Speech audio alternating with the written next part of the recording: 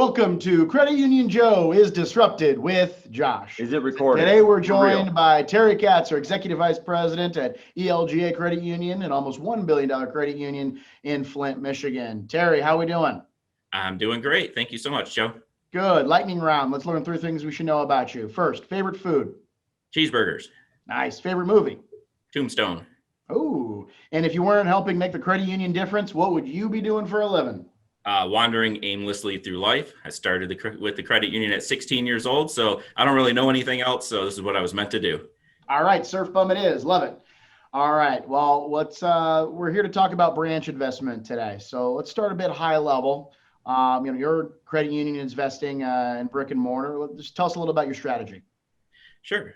We're investing in brick and mortar because we want to offer our members both options, the digital option and the convenience of an in-person option. We think that our members want that as a solution, and they continue to reinforce that strategy by coming into our branches. Even as we add more digital capabilities, our branch traffic stays steady and even grows. So we feel like it really just enhances our branch strategy. The digital does not necessarily take away from it. Yeah, but that doesn't make any sense, right? When you see what everybody's talking about, especially the fintech world, or a different article each day, right? Or 10 in an hour. Right.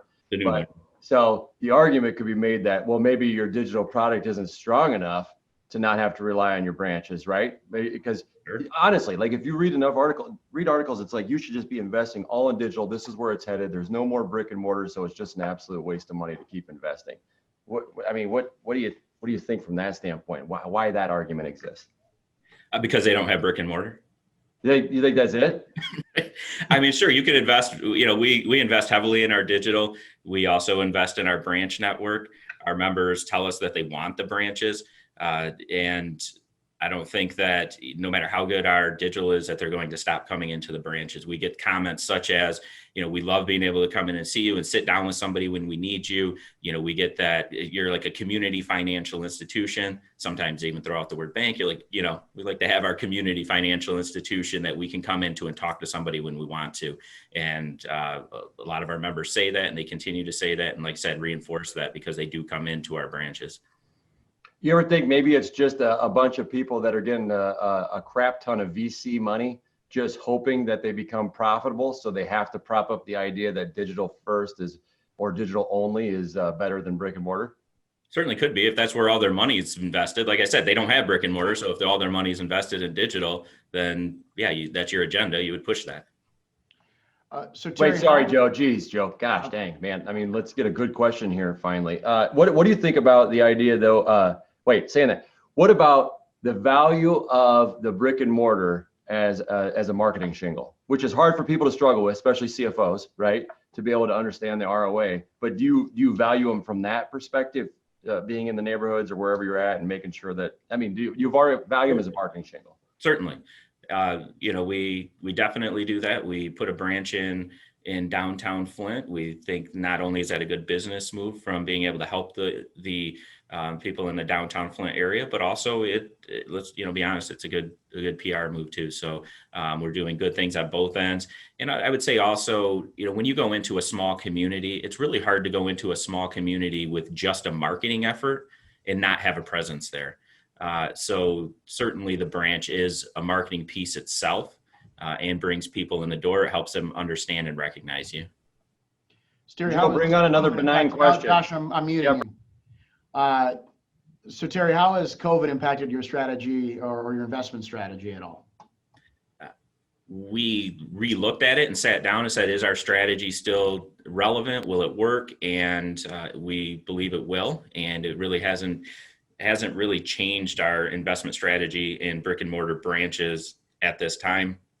I know a lot of credit unions are starting to look at other investment opportunities in, say, like interactive teller machines and things like that. We've already have those. So we don't really have to pivot or change. We have interactive teller machines in all of our branches. And we are also have tellers in all of our branches. So we have a mix, and we will also do that in the new branch that we just broke ground on a couple of weeks ago. So on interactive teller machines, I've read this theory that interactive teller machines are just kind of a bridge. They're a bridge technology. Like they should only be able to last so long, right? They should only last so long, meaning that I don't disagree on the brick and mortar. I think that you're creating either knowledge centers or experience centers in the long run, right? And a marketing shingle. But the interactive teller machines is kind of interesting if people think that's their future strategy. To me, it seems like it's only a bridge strategy. Like it'll allow me to serve people, electronically, more of them efficiently, or whatever the case is, or in different areas. But at some point in time, a lot of those transactions probably will move to digital only, and the ATMs then start to have less value. I still think you have an ATM with value because cash is still going to be king for a long time. Sure. But I just don't know if an ITM strategy is an all-encompassing strategy for a credit union thinking they've closed down from COVID.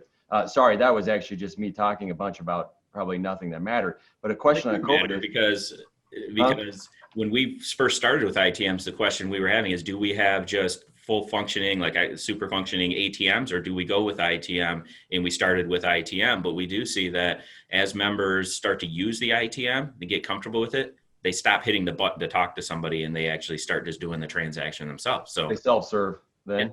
Yeah. So on that with the COVID shutdown, what do you believe? Do you believe this notion that this is the great work from home migration and that's it?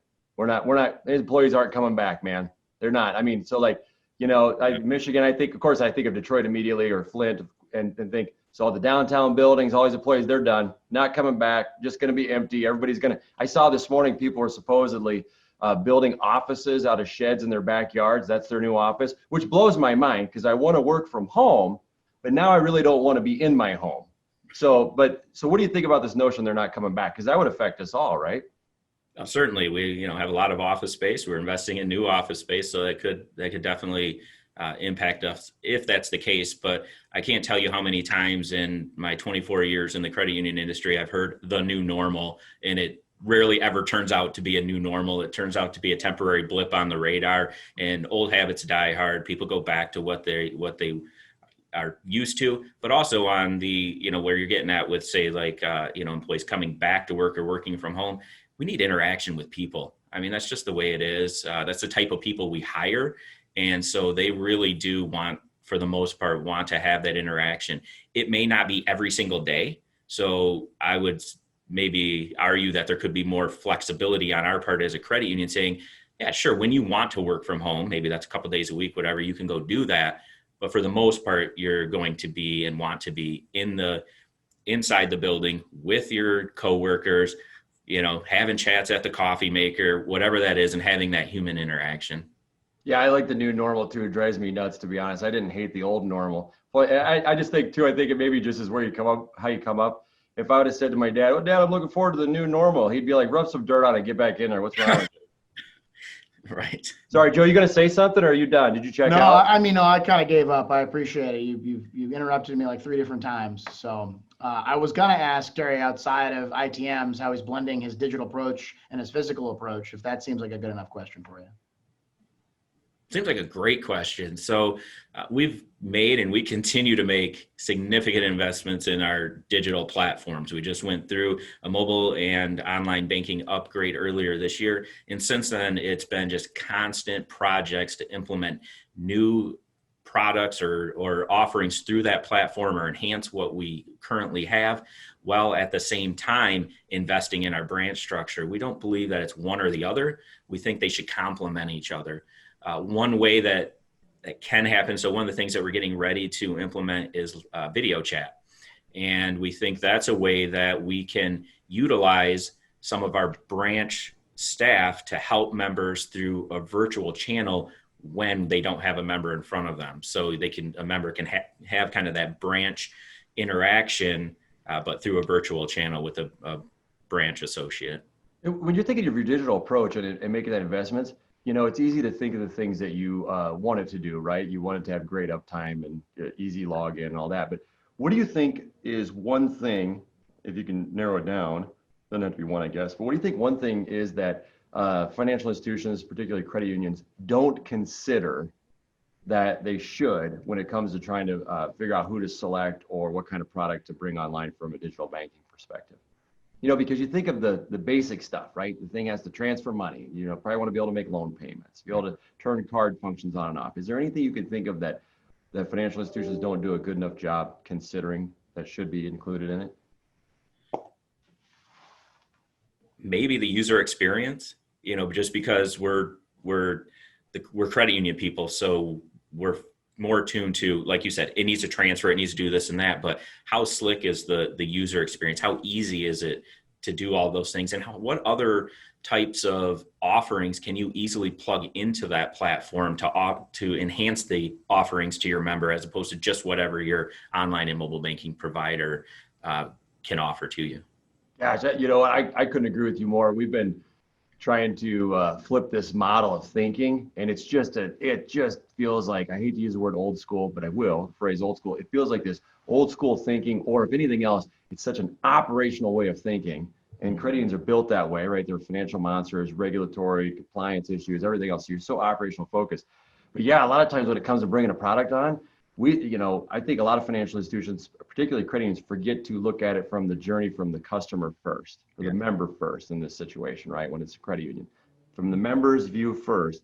And one of the hardest things, I think, is you're right. You're thinking about, you want to look at it from the credit union's perspective, but you need to put that member's shoes on. But first, you got to take yours off, right, entirely. So I think that's pretty good. That's pretty interesting. I mean, thank God that Terry actually has some great answers and knowledge to give back. They're not matching up with the poor level of questioning that Joe has. But Joe, do you got anything else? I'm curious. I did. Well, I wanted Terry to take out his crystal ball a little bit and help us see, what do you see the future of branch banking looking like?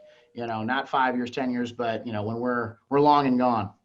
Oh boy, that far out, huh? I think that all the transactions, maybe even more transactions than we think of today, will be done through machines. I think we're already going that way. We're just a long way from getting there. In the branch, the actual brick and mortar structure will be used for those higher level interactions that need to take place, where the member needs more of a consultative approach to handle a real need or problem that they have, as opposed to just a simple transaction. I think in the future that the simple transaction in a branch will probably cease to exist.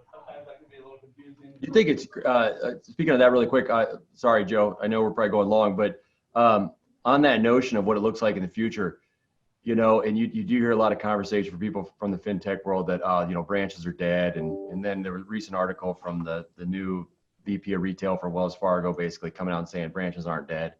And that's kind of interesting, right? But for me, when Chase Bank builds a giant flagship store in Manhattan, right, like a showpiece, right?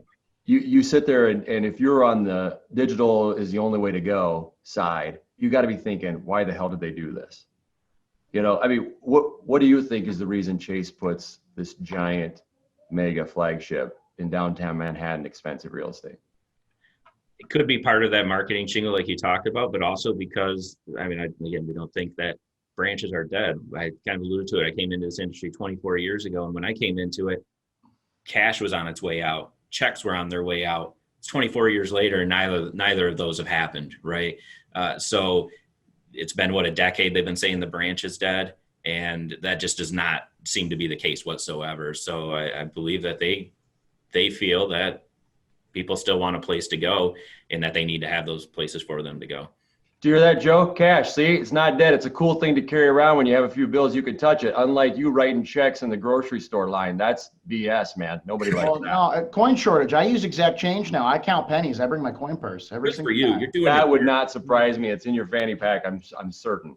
Well, that's why, luckily, you can't see below my chest line. You can't see the fanny pack. But Terry, we'll let you off the hot seat here.